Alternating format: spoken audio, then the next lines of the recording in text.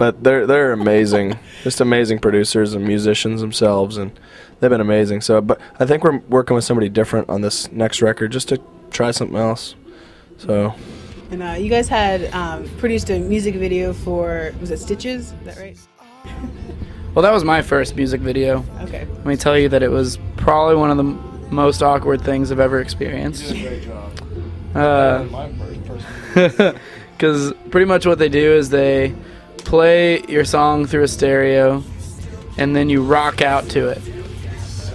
And I'm singing through a microphone that's not plugged into anything.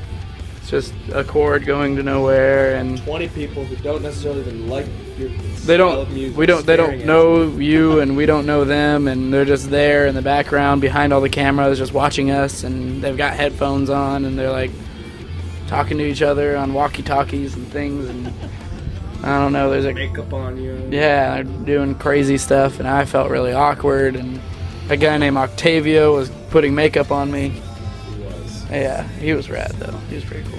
One time during the When Everything Falls music video, because you can't, like, the playback music isn't very loud, and I could hear Jason, our guitar player, as he was headbanging, he was like, and we all died laughing. Like, we had to stop the take. Like, it's just really, really awkward and unnatural, but you just have to, like, just gotta imagine what it'll look like. So you just gotta push through.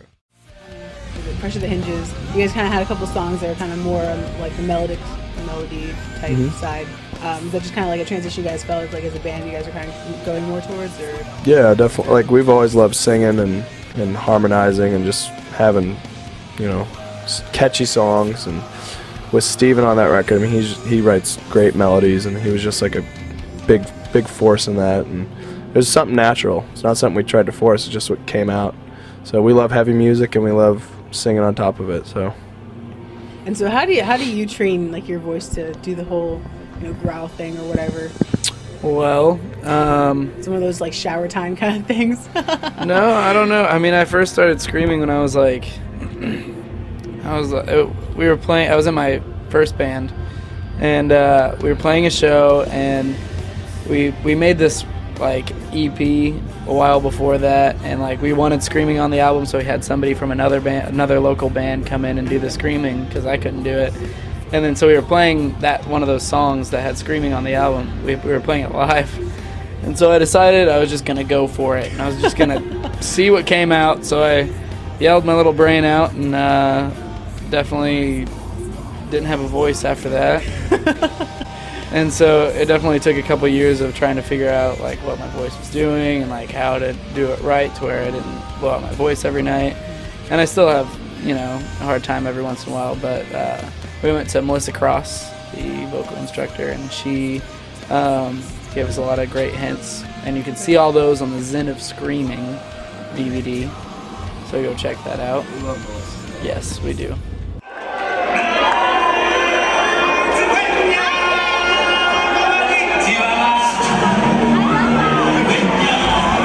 It's a story of, it's just like the majesty of creation and about destiny and how freaking Simba, like through all sorts of trials and just odds are against him, just like majestically and in kind of a tribal way, like gets back to like saving Pride Rock. And I just love the soundtrack. My favorite Disney movie is The Lion King.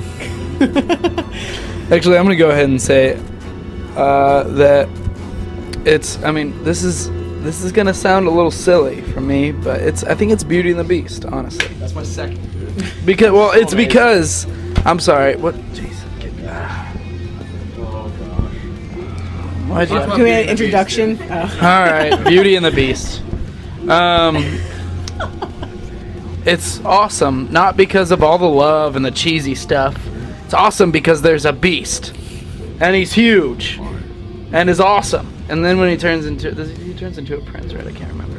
It's been a while. Yeah. Yeah, that's not as cool when he turns into a prince because he's way cooler. I think the movie's been out for long.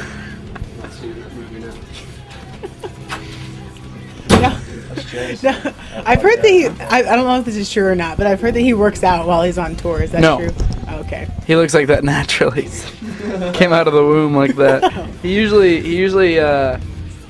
takes cabs to wherever. Like, yeah, we'll get to the venue and we'll have a lot of downtime, and I'll take a cab or walk. Like one time he walked like 3 miles to a gym, and then he called us a couple hours later and we were about to play, and we were like, "Where are you, dude?" And he's like, he had walked about 6 miles past the venue.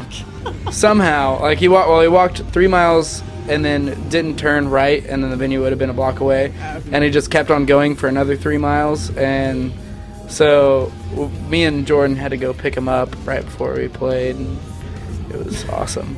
And he was standing in some sketchy part of town. It was sweet.